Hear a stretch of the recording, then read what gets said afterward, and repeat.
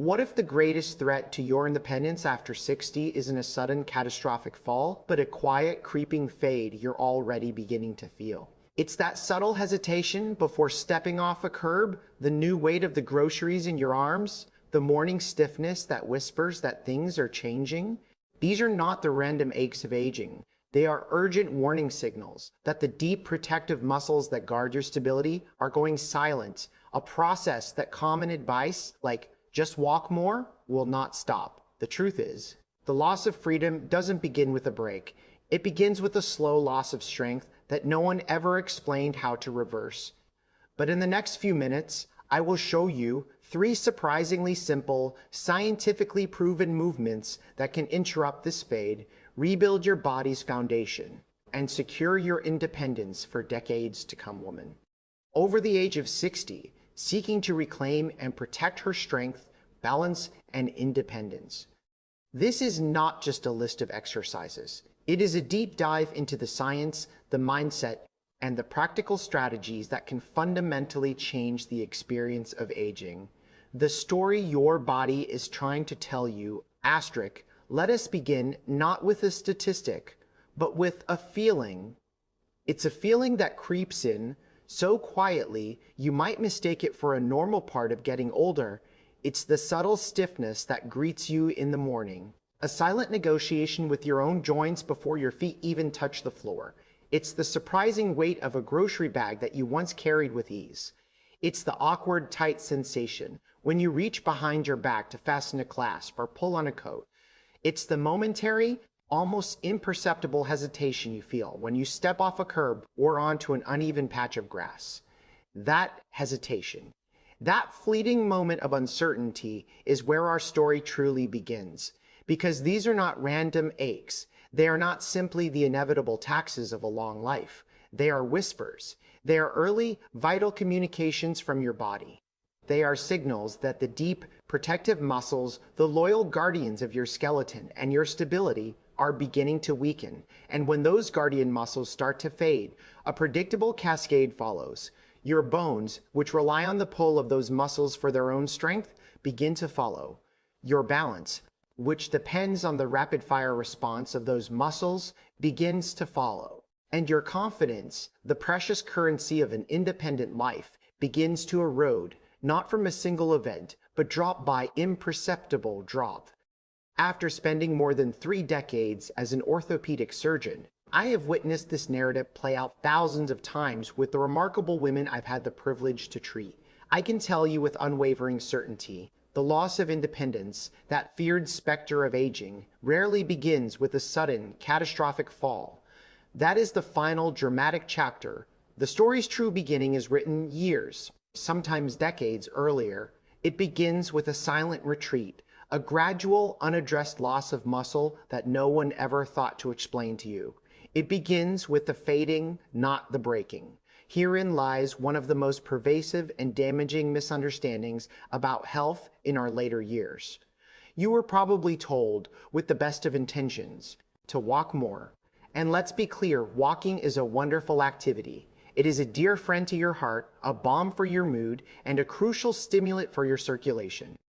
But walking alone, I must tell you, is not the savior of your bones. It does not possess the power to halt the relentless, natural process of muscle loss. And critically, it does not train your body's intricate network of nerves and muscles to catch itself when you stumble.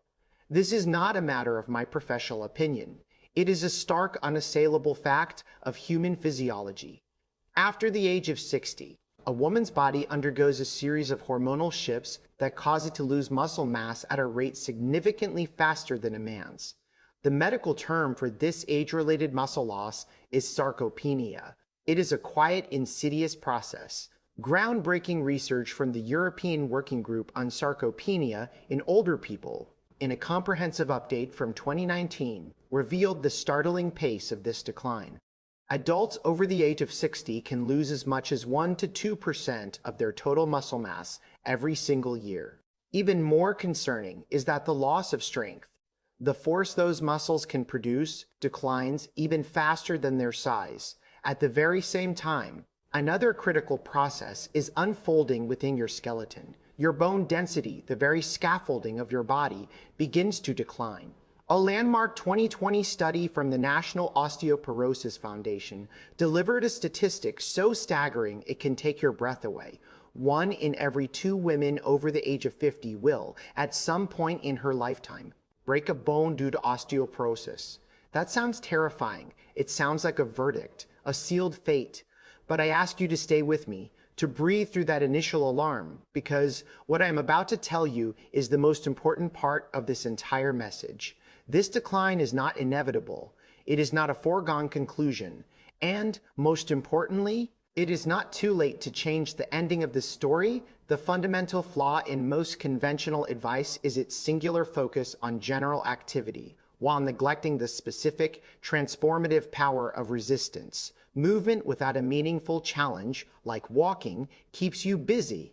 It circulates your blood and burns a few calories. But targeted resistance, asking your muscles to work against a force, sends a direct, powerful, and life-sustaining command to your cells.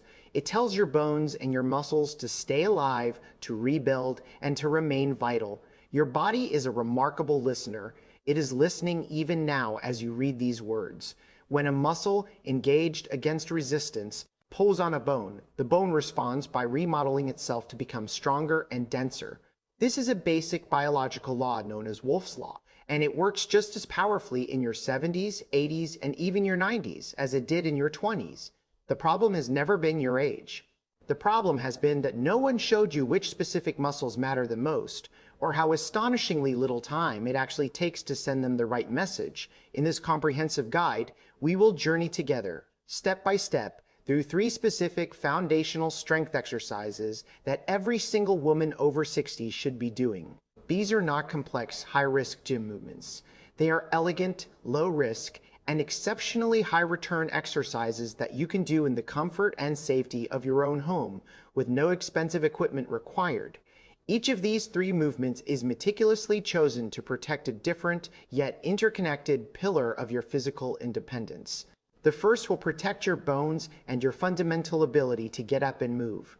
The second will protect your balance and your stability as you walk through the world. And the third will retrain the very nervous system that keeps you steady on your feet. And I want you to know this up front, before we even begin.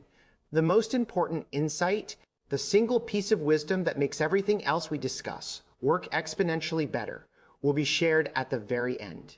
This is not a story of decline. This is a story of resilience. Let us begin. The foundation, understanding the why before we learn the how. We must first deeply understand the why.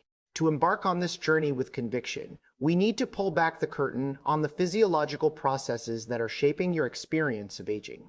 Knowledge is not just power.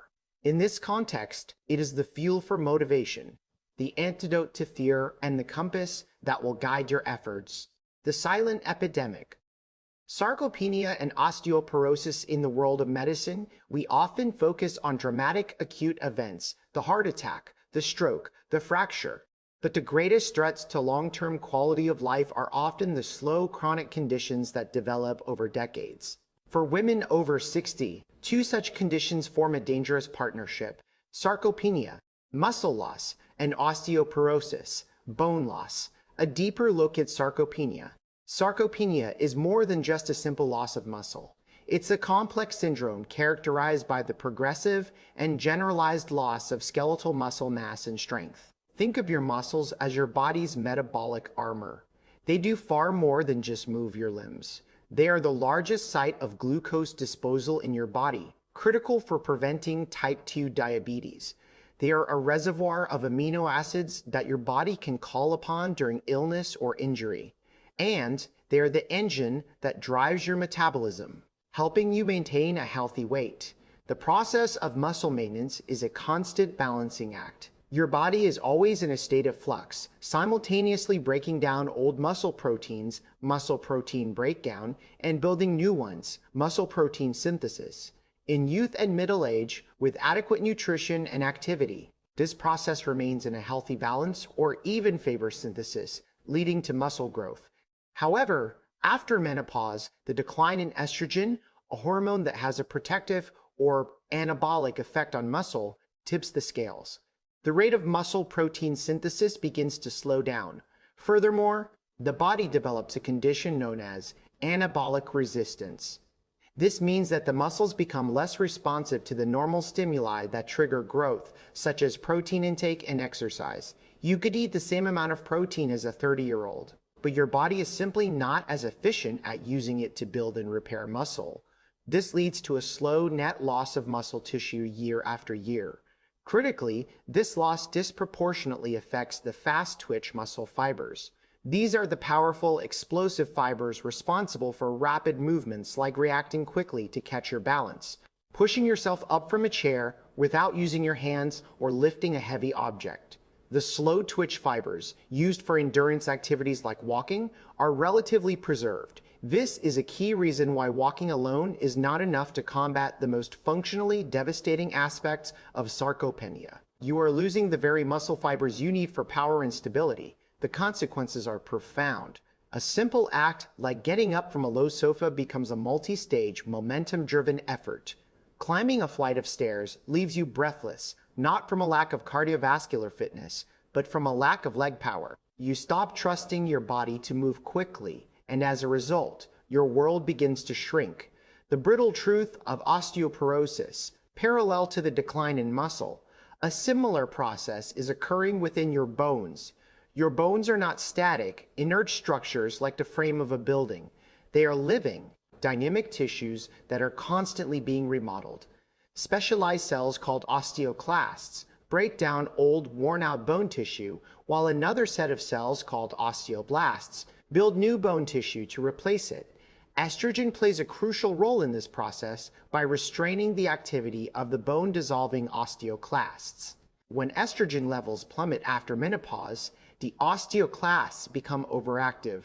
The rate of bone breakdown begins to outpace the rate of bone formation. Over years, this leads to bones that are less dense, more porous, and dangerously fragile, a condition known as osteoporosis. The most common sites for osteoporotic fractures are the hip, the spine, and the wrist. A hip fracture, in particular, is a life-altering event. It almost always requires surgery and is associated with a dramatic increase in mortality and a profound loss of independence. Many women who experience a hip fracture never regain their previous level of mobility and may require long-term care. The dangerous dance: how sarcopenia and osteoporosis fuel each other. For decades, these two conditions were often viewed and treated in isolation. We now understand that they are intimately and dangerously linked in a vicious cycle. Muscles build bone. As mentioned earlier, Wolff's Law states that bone adapts to the loads placed upon it. The primary source of this healthy mechanical load is the pull of strong muscles. When muscles contract powerfully, they pull on their attachment points on the bones. This sends a signal to the bone-building osteoblasts to get to work, laying down new, dense bone tissue. As sarcopenia sets in and muscles weaken, this vital bone-building signal diminishes. The bones, no longer receiving the message to stay strong, accelerate their decline. Weakness leads to inactivity. As muscles weaken, movement becomes more difficult and less enjoyable. The fear of falling, a very real and rational fear for someone with declining strength and balance, leads to a more sedentary lifestyle. This reduction in physical activity means even less mechanical loading on the bones, further accelerating osteoporosis. Instability increases fracture risk. Weaker leg and core muscles lead to poorer balance and a slower reaction time. A simple trip or stumble that a stronger person could easily recover from becomes a fall. When that fall happens in a person with osteoporotic bones, the risk of a fracture is exponentially higher. A fall that might have only caused a bruise in a 30-year-old can cause a shattered hip in a 75-year-old with sarcopenia and osteoporosis.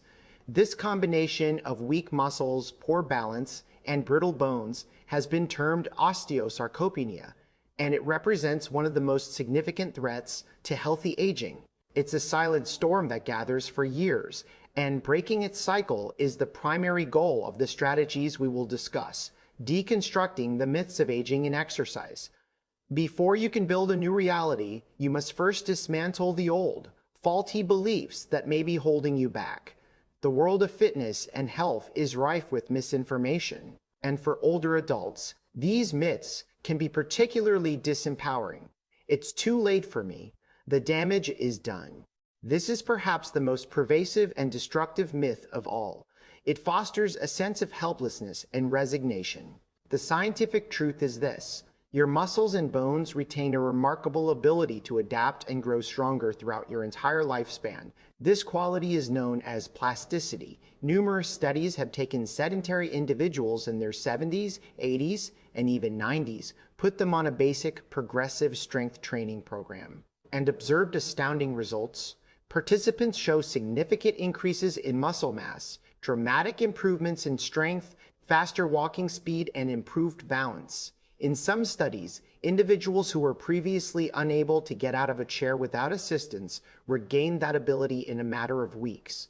Furthermore, research on bone density has shown that targeted resistance and impact exercises can slow the rate of bone loss and, in some cases, even increase bone density in postmenopausal women.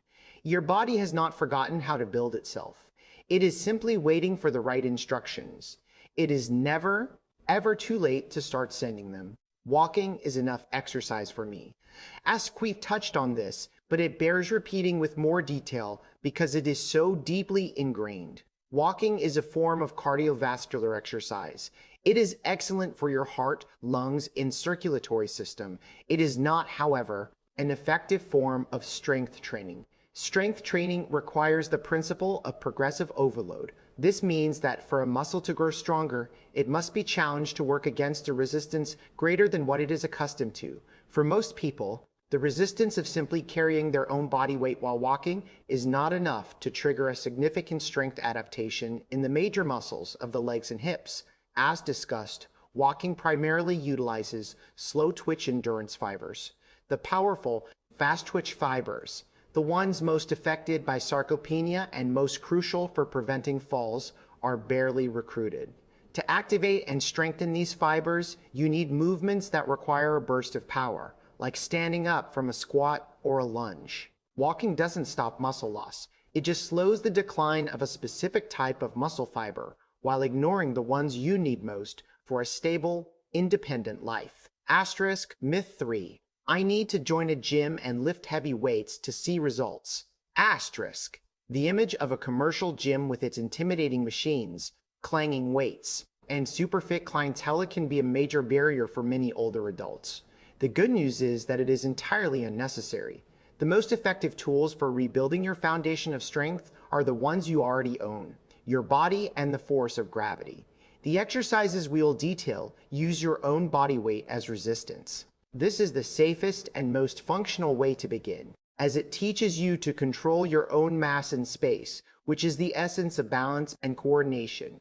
The principle of progressive overload can be applied without ever touching a dumbbell. You can make an exercise more challenging by increasing repetitions, asterisk doing more repetitions of the same movement, increasing sets, asterisk doing more groups of repetitions, slowing the tempo, or worse, taking more time to perform the movement, especially the lowering eccentric phase, which is highly effective for building strength. Decreasing rest time, asterisk dying the rest periods between sets, increasing range of motion, asterisk dynes moving through a larger arc of motion, for example, squatting deeper. Only after you have mastered the basics with your body weight should you even consider adding external resistance, which can be as simple as holding a bottle of water, a bag of rice, or using an inexpensive resistance band. If I feel any pain, I should stop immediately. This is a nuanced but critical point. It is absolutely essential to distinguish between two different types of physical sensation: the good pain of muscle fatigue and the bad pain of joint or injury-related pain. Muscle fatigue, soreness, when you challenge your muscles, you will feel a burning sensation or fatigue during the exercise. In the 24-48 hours after the exercise, you may experience delayed onset muscle soreness, DONS. This feels like a dull ache or stiffness in the belly of the muscles you worked. This is a normal and positive sign that you have created microscopic tears in the muscle fibers, which will heal back stronger. This is the feeling of adaptation, joint pain, injury pain, Istrate, this type of pain, is different. It is often sharp, stabbing, or localized to a joint like the knee, hip, or shoulder. It may be present during the movement and may worsen with certain motions. This is a warning signal from your body that something is not right with the mechanics of the movement or that an underlying issue is being aggravated. The rule is this: asterisk, never push through sharp, joint-related pain. Asterisk. If you feel this, stop the exercise. Try to modify it, e.g., reduce the range of motion. If the pain persists, avoid that exercise and consult with a professional. However, you must learn to embrace the discomfort of muscle fatigue. It is the sensation of progress. Learning to listen to your body and understand its language is a skill that you will develop over time. Strength training is for bodybuilders. I should focus on cardio for my heart. For a long time, a false dichotomy was created between cardiovascular exercise and strength training. We now know that strength training provides profound and unique benefits for your cardiovascular system and overall metabolic health. When you perform resistance exercises, your heart has to work harder to pump blood to the working muscles, which strengthens the heart muscle itself. In the long term, having more muscle mass improves your body's ability to manage blood sugar. Muscle is a glucose sink. It pulls sugar out of the bloodstream to use for energy or to store for later. This dramatically reduces your risk of developing insulin resistance and type 2 diabetes, both of which are major risk factors for heart disease. Furthermore, a well-designed strength training program, performed with minimal rest between exercises, can elevate your heart rate just as effectively as a brisk walk, giving you both a strength and a cardiovascular benefit at the same time.